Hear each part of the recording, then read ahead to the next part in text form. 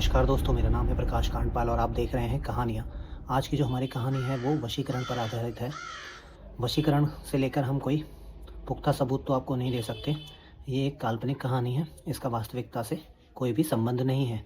तो चलिए शुरू करते हैं। हमारे काल्पनिक पात्र हैं विकास और पूजा। एक काल्पनिक विवरण है यह कहानी पूरी तरह से काल्पनिक है और इसका उद्देश्य सिर्फ मनोरंजक कहानी सुनाना है। वशीकरण एक अंधविश्वास है और वास्तविक जीवन में किसी को जबरदस्ती नियंत्रित करना अनैतिक और कानूनी रूप से गलत है। ठीक है, तो चलिए स्टार्ट करते हैं कहानी को। विकास एक मध्यम वर्गीय परिवार का लड़का था जो अपनी पढ़ाई पूरी करने के बाद एक छोटी प्राइवेट कंपनी में काम करता था। उसी दफ्तर में हाल ही में पूजा नाम की लड़की ने ज्वाइन किया था। पूजा अपनी सादगी, मुस्कान और काम के प्रति लगन के कारण सभी में प्रिय हो गई थी। विकास को पहली ही नज़र में पूजा पर मोहित हो जाता है और यह मोह जल्दी एक गहरे जुनून में बदल जाता है। उसने कई बार पूजा से दोस्ती करने की कोशिश की।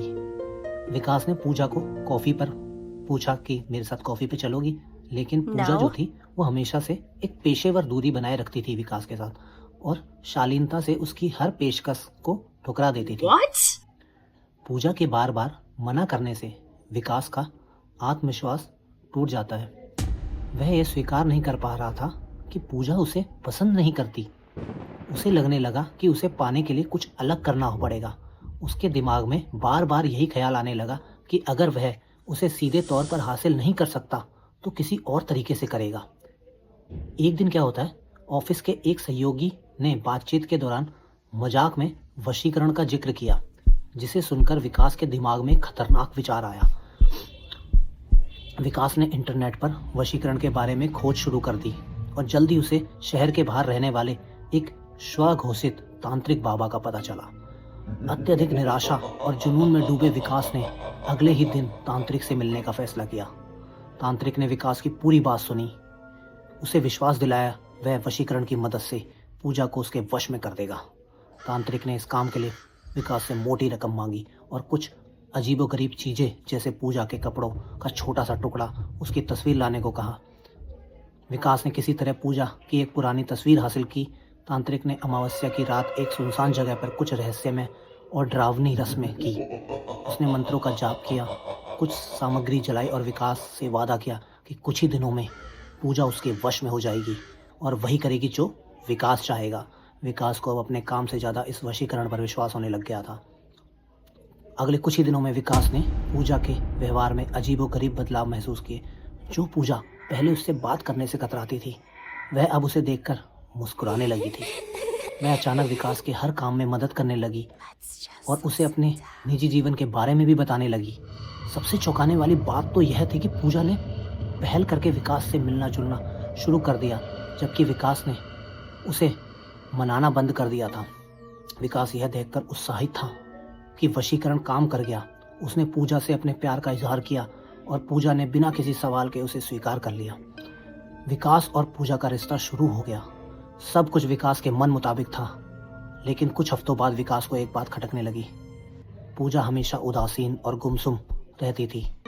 वह हाँ में हाँ मिलाती थी, पर उसकी आंखों में वो पहले वाली चमक नहीं थी। एक शाम जब विकास ने पूजा से उसके इस बदलाव का कारण पूछा तो पूजा ने कुछ नहीं बताया। उसी रात विकास को ऑफिस के एक और पुराने सहयोगी से पता चला पूजा पिछले कुछ समय से गहरे अवसाद से गुजर रही है। असल में उसके परिवार में कुछ गंभीर समस्याएं चल रही थी, जिस कारण वह मानसिक रूप से बहुत कमजोर हो चुकी थी। विकास को तब एहसास हुआ वशीकरण नहीं बल्कि पूजा की मानसिक कमजोरी और जीवन की समस्याओं ने उसे अकेला और भावनात्मक समर्थन का मोहताज बना दिया था।